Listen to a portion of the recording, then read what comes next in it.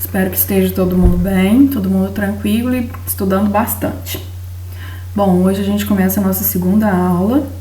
Ela é a aula 2 do Frente B. E essa aula ela fala um pouquinho sobre fluxo de matéria e energia. Basicamente, a gente vai falar um pouquinho sobre cadeias alimentares, pirâmides ecológicas, relações alimentares entre os seres vivos. Quando a gente fala sobre fluxo de matéria e energia, nós estamos falando sobre como os seres vivos obtêm matéria orgânica e como os seres vivos obtêm energia para sua sobrevivência.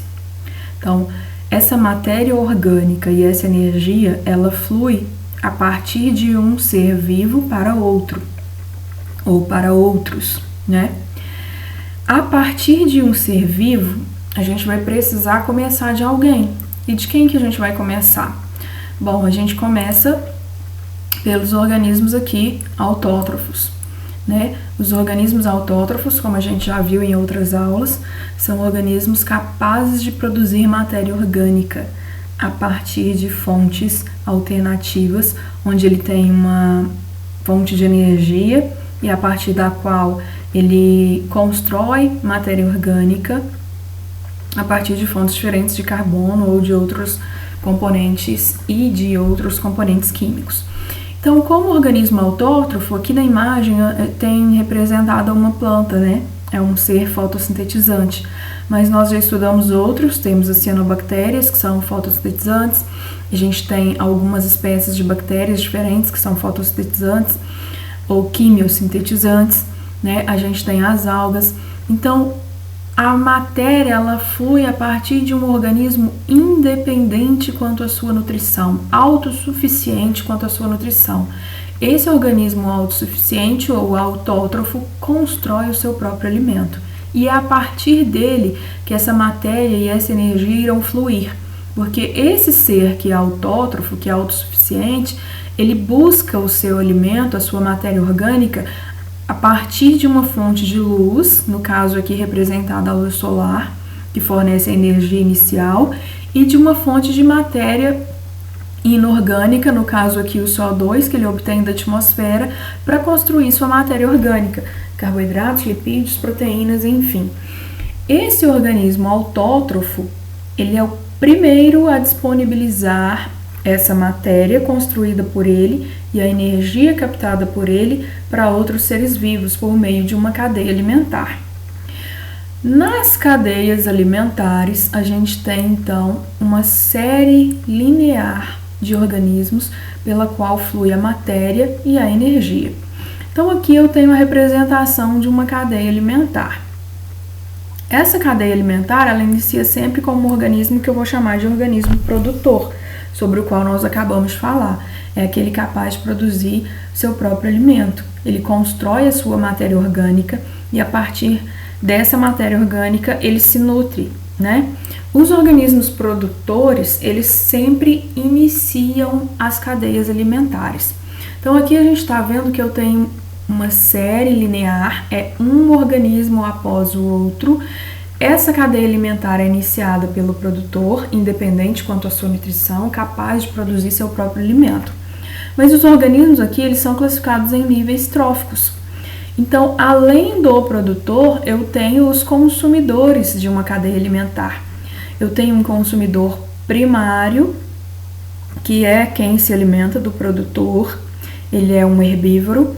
Eu tenho um consumidor secundário que se alimenta do consumidor primário, que se alimenta de um outro ser da cadeia, e eu tenho um consumidor terciário que se alimenta do consumidor secundário. Então, esses organismos estão classificados em produtor e consumidores primário, secundário, terciário, representando então os níveis tróficos da cadeia. Aqui, vocês podem observar que as setas, elas direcionam no sentido da passagem de matéria e energia. Então, a borboleta representada aqui, ela se alimenta, né, da gramínea.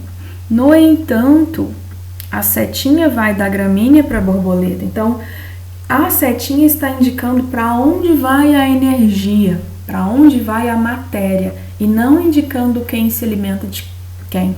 É um erro bastante comum cometido por alunos, né? Analisar a seta e achar que a seta está indicando quem está se alimentando de quem. Não, a seta indica o fluxo da energia e o fluxo da matéria. Então aqui a borboleta se alimenta da gramínea. A seta está indicando que a energia vai da gramínea para a borboleta. O sapo se alimenta da borboleta. No entanto, a seta indica que a energia vai da borboleta para o sapo. E assim por diante. As cadeias alimentares, elas apresentam poucos níveis tróficos. Por que poucos níveis tróficos?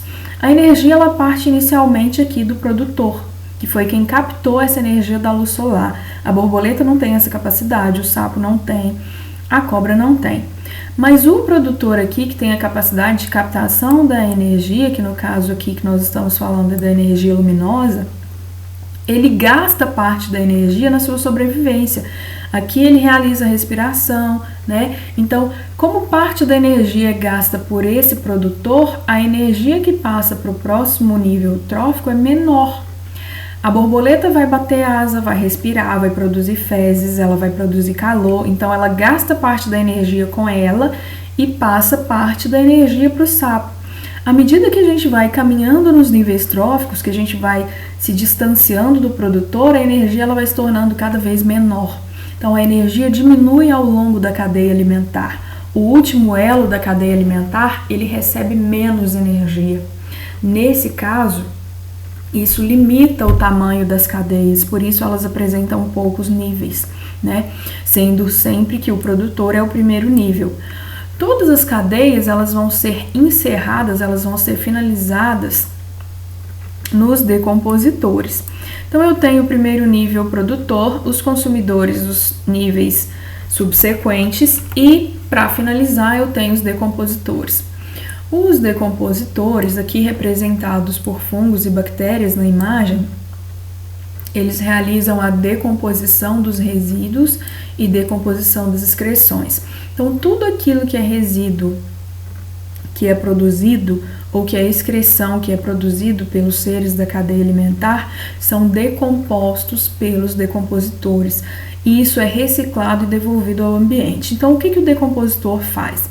Ele vai pegar toda a matéria orgânica que está aqui no corpo desses seres vivos ou que está na excreção liberada por esses seres vivos.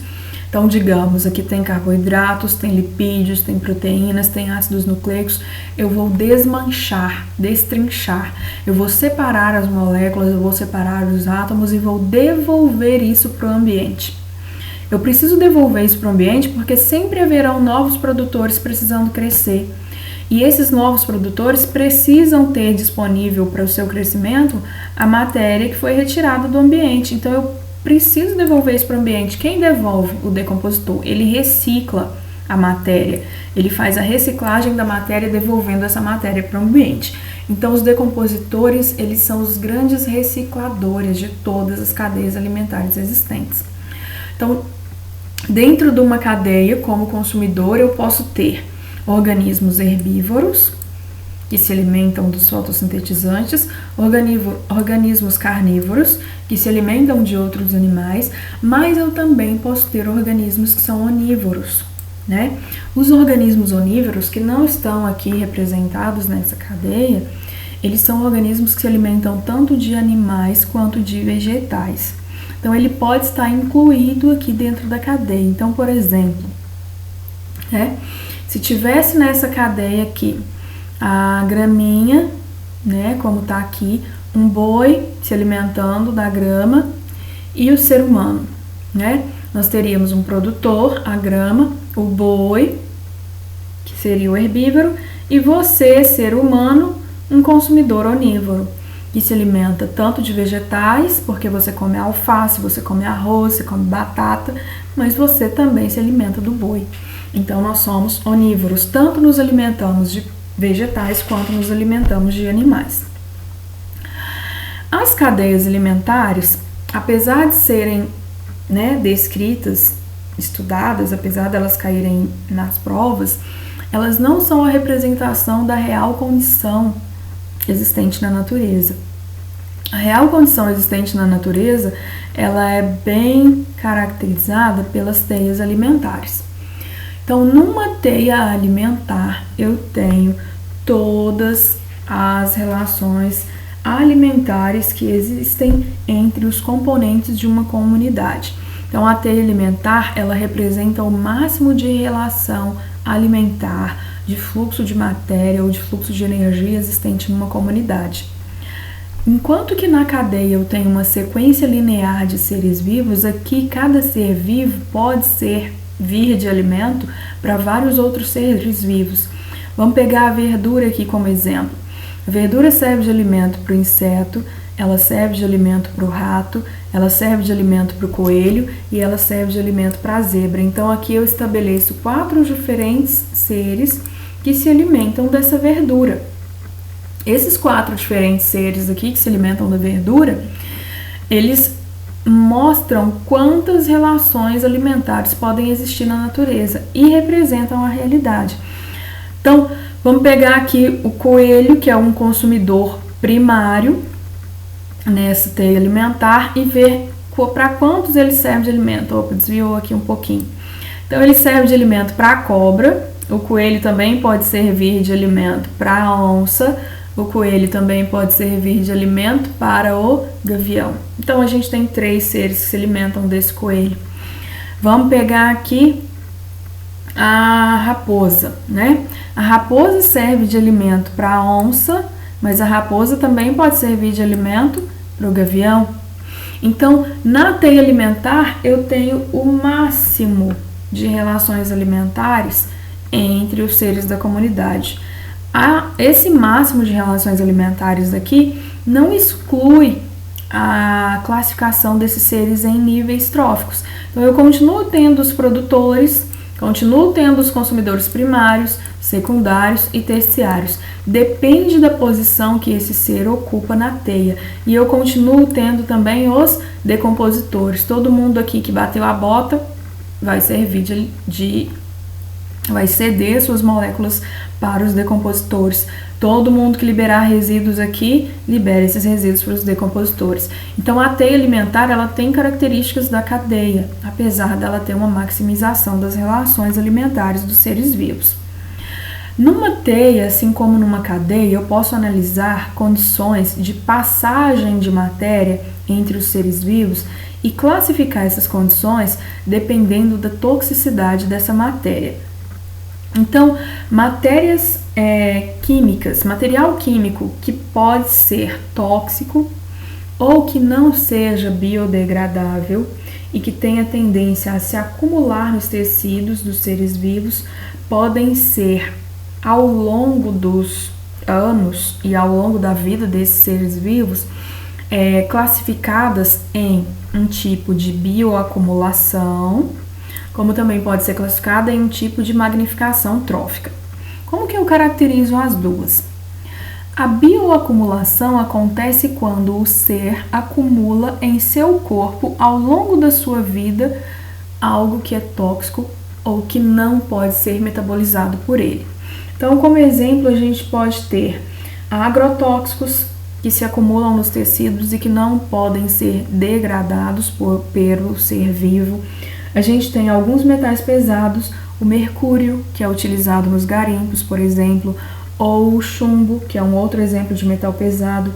Esses componentes químicos, eles são não biodegradáveis, não metabolizáveis, e eles acabam se acumulando nos seres vivos. Então, quando o ser acumula ao longo da sua vida um componente químico em seu corpo, eu chamo isso de bioacumulação. Então, aqui eu tenho um peixinho com 1 ano de idade.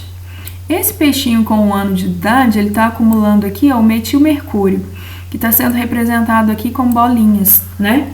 Então, com 1 ano ele tem 2 bolinhas, com 2 anos ele tem 4 bolinhas. Quando ele chega na idade de 3 anos, ele tem várias bolinhas. O mercúrio foi se acumulando no corpo dele ao longo dos anos.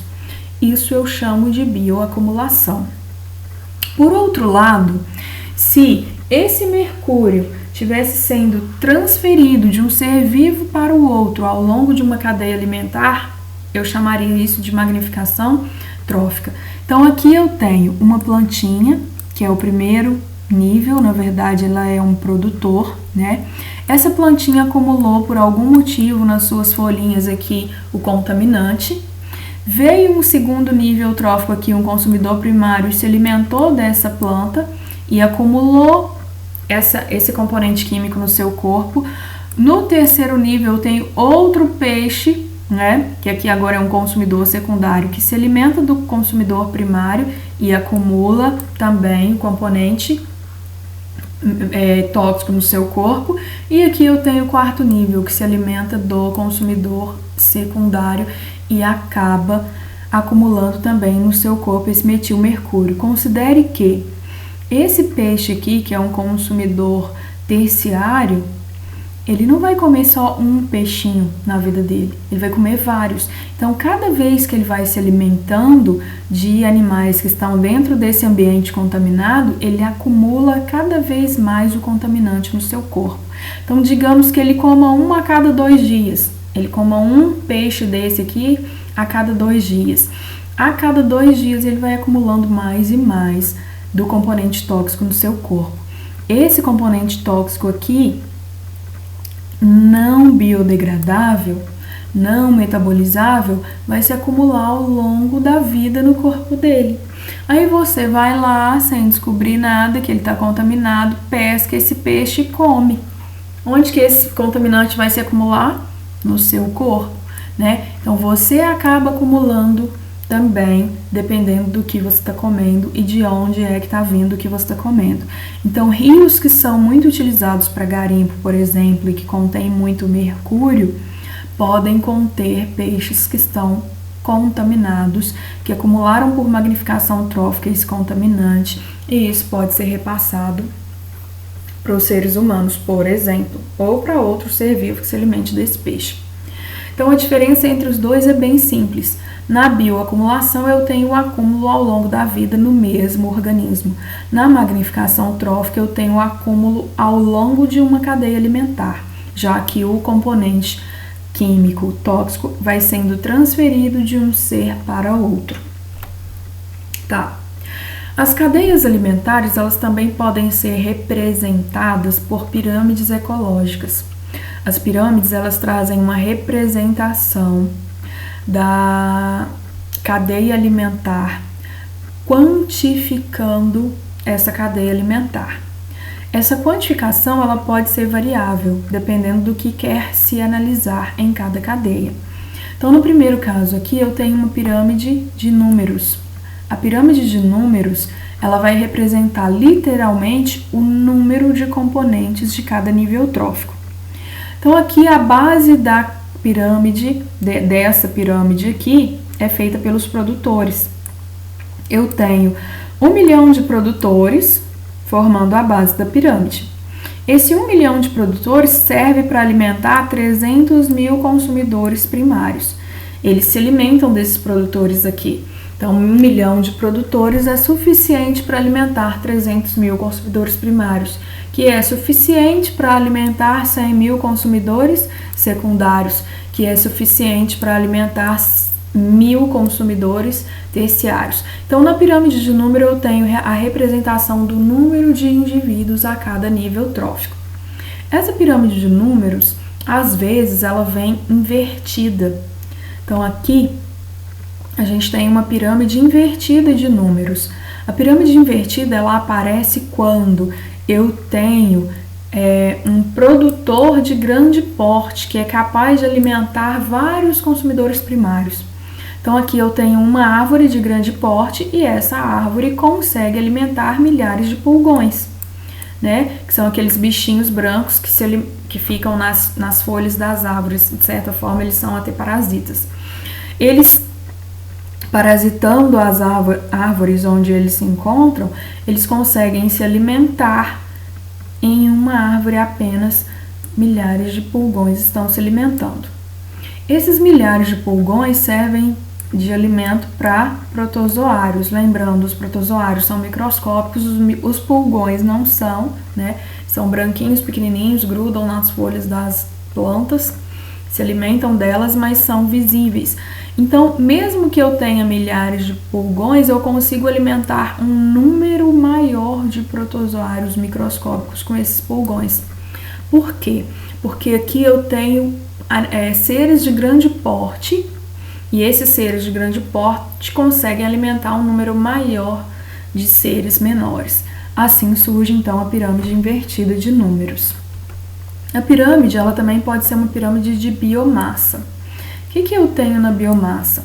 Na biomassa eu tenho a quantidade de matéria e energia, ou a matéria acumulada no corpo de um indivíduo representado aqui na pirâmide ecológica. Então eu tenho 10 toneladas de soja. 10 toneladas de soja são suficientes para alimentar 1 tonelada de gado. 1 tonelada de gado é suficiente para alimentar um adulto, 70 quilos. Então aqui eu tenho a biomassa, a matéria capaz de gerar energia, né? A matéria acumulada no corpo que é capaz de gerar energia. Essa biomassa está sendo representada em cada nível trófico e a capacidade que ela tem de alimentar o próximo nível. Então aqui eu vou quantificando. A última pirâmide é a pirâmide de energia. Então aqui eu tenho a representação da quantidade de energia em cada nível trófico, né? Aqui eu tenho produtores. No caso, o produtor aqui está sendo representado pela alfafa. Eu tenho 14.900 quilocalorias de alfafa. Essas 14.900 quilocalorias ou energia de alfafa são suficientes para alimentar o consumidor primário, no caso aqui um bezerro, que acumula em seu corpo 1.190 quilocalorias. Então isso aqui representa bem o que eu falei para vocês sobre a perda de energia ao longo da cadeia, né? Do produtor para o consumidor primário há uma perda muito grande de energia, a energia diminui, né, drasticamente. Essa energia presente aqui no bezerro, que é um consumidor primário, ela é suficiente para alimentar uma criança. Essa criança tem no seu corpo acumulado 8,3 quilocalorias ao final do processo. Então, lógico que isso aqui, ela é tempo dependente, né? Não vai ser um bezerro para alimentar de energia uma criança por um dia, não.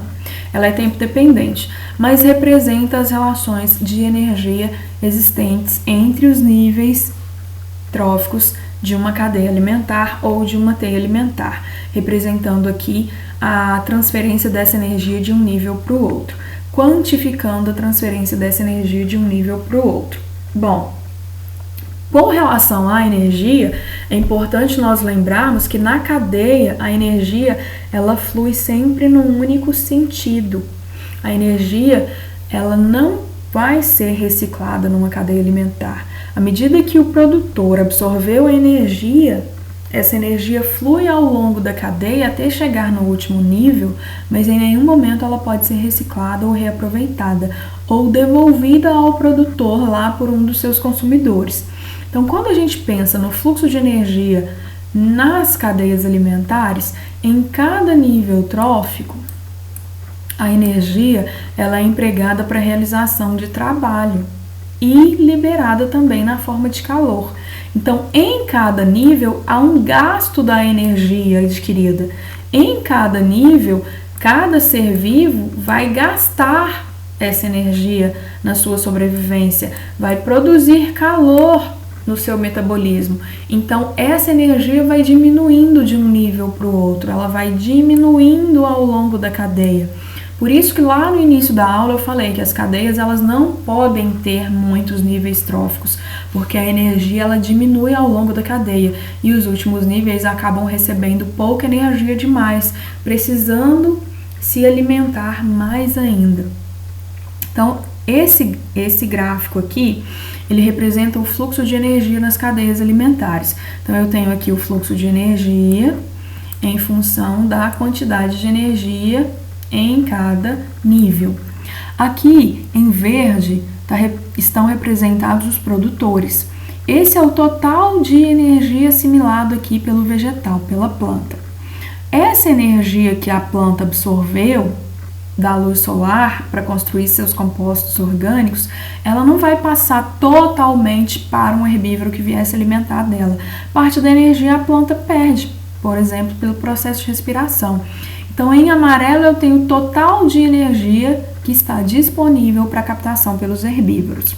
Quando os herbívoros aqui se alimentam da planta e eles obtêm a energia disponível para eles, olha, grande parte dessa energia vai ser perdida nas fezes. Então, os herbívoros, eles não conseguem, né, acumular, né, muita dessa energia.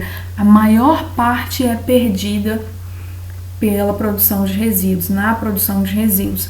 Então, o que os herbívoros têm para passar para o próximo nível é o que está aqui, ó, em rosinha ou lilás, né? Eles têm pouquíssima energia para passar para o próximo nível porque eles perderam grande parte da energia assimilada na produção de fezes, na produção de resíduos. Então, quando o carnívoro vai tentar absorver energia, a quantidade de energia já diminuiu bastante. Olha quanto que tem aqui para o carnívoro, né? E quanto que eu tinha lá no início nos produtores. Então, a quantidade de energia vai caindo muito. Parte da energia vai ser perdida nas fezes e cada vez eu tenho menos energia para disponibilizar para o próximo nível. Isso faz com que as cadeias sejam curtas, elas tenham poucos níveis. A energia que é recebida pelo último nível da cadeia alimentar, pelo último elo da cadeia alimentar, ela é muito menor que a energia originalmente assimilada pelos produtores. A energia não pode ser reciclada. Ela não será reciclada ao longo da cadeia, ela vai sendo perdida e só o produtor pode assimilar mais energia a partir do processo de fotossíntese. Então, cada vez que eu passo de um produtor para um consumidor e de um consumidor para outro, eu perco energia. Cada vez a energia diminuindo faz com que as cadeias alimentares se tornem cada vez menores. Bom, pessoal, essa aula ela é um pouquinho extensa. A segunda parte dela vai mudar um pouquinho o assunto, vai falar um pouquinho sobre produtividade do ecossistema. Então, a segunda parte dessa aula, a gente continua num outro momento, a gente finaliza essa aula num outro momento. Como a aula não foi finalizada, eu vou sugerir para vocês os exercícios, né, dessa aula, para que vocês possam fazer e a gente continua com esse assunto na semana que vem. Um abraço para todo mundo, né? Aqui só finalizando com o que eu já disse, a maior parte da energia é perdida na produção de resíduos e calor, a energia das cadeias não é reciclada. Então, um abraço para todo mundo, muito obrigada pela atenção, bons estudos e estamos aqui disponíveis para qualquer dúvida. Abraço!